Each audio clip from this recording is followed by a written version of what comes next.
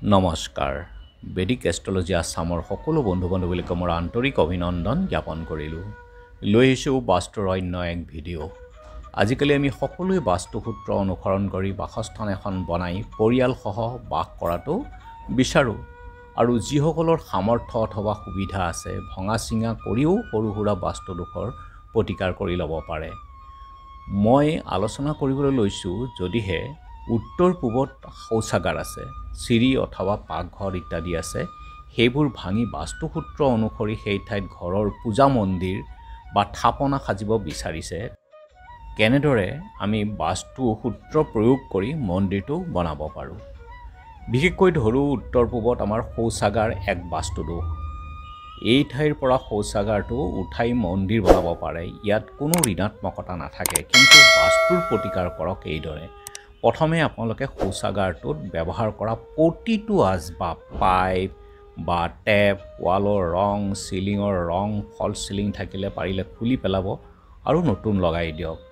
মজিয়াখনত ব্যৱহাৰ কৰা পকা বা টাইলছ ভাঙি নতুন লগাই দিয়ক, বগা বা নীলা ৰং কৰিব পাৰে। ৱালবিলাকৰ বগা ৰং সকলোখিনি আপোনালোকে সলাই দিয়ক বা সুন্দৰকৈ চাফা কৰি লওক আৰু বগা ৰং দিয়ক আৰু বাস্তুসন্মত গতিকে নতুনকৈ ৰং কৰি লওক।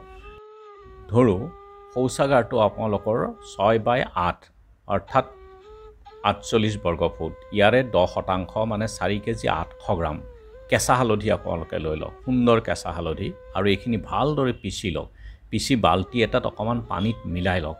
মিলাই লৈ ঘৰখনৰ ৰং কৰাৰ আগতে অৰ্থাৎ বাথৰুমটো ৰং কৰাৰ আগতে ৱাল বা চিলিং যি আছে সকলোতে আৰু আপোনাৰ ফ্ল'ৰখনত, আৰু যদি অলৰেডি আপোনালোকে ইতিমধ্যে ৰং কৰিছে তেতিয়াহ'লে ফ্ল'ৰখনত সেই হালধিখিনি ধুনীয়াকৈ মিলাই 15 পৰা 30 দিনলৈকে দৰ্জাখন বন্ধ কৰি থৈ দিয়ক।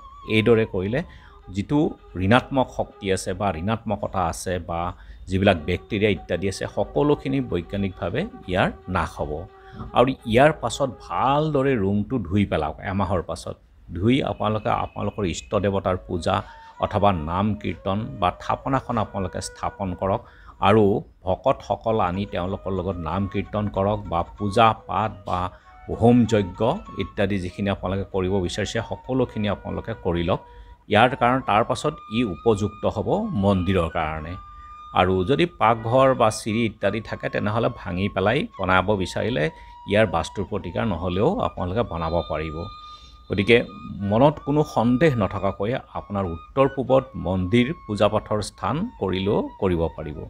উত্তৰ পূবত যদি শৌচাগাৰ আছে গতিকে ভাঙি ছিঙি আপোনালোকে এইদৰে তাৰ ঠাইত মন্দিৰ আপোনালোকে নিৰ্মাণ কৰিব পাৰে বা থাপনা আপোনালোকে স্থাপন কৰিব পাৰে, কিন্তু এই প্ৰতিকাৰ কৰি ল'ব, ইয়াত কোনো ঋণাত্মকতা নাথাকে। ধন্যবাদ।